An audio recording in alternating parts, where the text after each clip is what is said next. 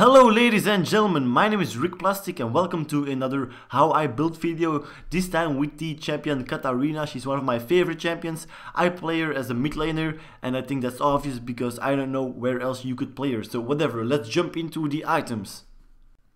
I almost always start with just boots and 3 health pots. In some occasions I'd like to start with the amplifying tome and 1 health pot, but I don't really suggest you guys doing that because actually it's not a really good idea, because I only buy it when I know that I'm really countering the enemy champion, so I can really play aggressive, but most of the times it's better to just start off with boots and 3 health potions. After that I always buy 2 specific items. Those 2 items are Haunting Guys and Hextech Revolver. Sometimes I first buy a Hextech Revolver and sometimes I first buy a Haunting Guys. It depends on your lane. If you're winning, if you're like really owning, I'd suggest you guys go for a Haunting Guys for those extra damage, so you can play a little bit more aggressive. But if you see that you're not really owning your lane and you have to play a little bit more defensive, just go for the Hextech Revolver first, so you can get some more sustain from your spell vamp. When you got those 2 items and you don't have that many gold, I suggest you just go for finishing your boots. I'd like to go for magic penetration boots, but I see some people go for boots of mobility, but I personally don't really like boots of mobility. I'd rather want some more magic penetration than some extra movement speed. But if you do have a lot of money, you can just go for a needlessly large rod and rush your Rabadon's death cap, so you can do a lot of damage. But when you got your boots finished and your Rabadon's death cap, it all depends on the enemy team. If the enemy team does a lot of magical damage, you can go for an Abyssal Scepter. You can even buy an Abyssal Scepter before you Rabadon's death cap if you are really losing your lane against a magical damage dealing champion like Veigar. Not against Talon, for example, because he does pure physical damage. That would be really retarded.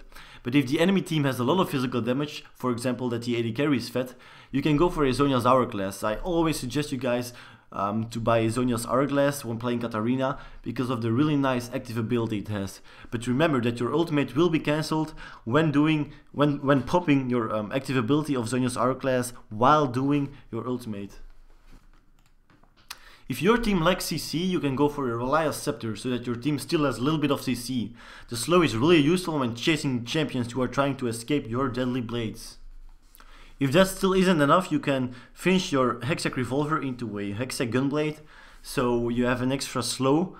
Or you can go for a Will of the Ancients if you have another ability power champion in your team who could really use a spell vamp. But I don't do that much, but sometimes when you're playing with 2 ability power champions, I just go for a Will of the Ancients instead of a Hextech Gunblade.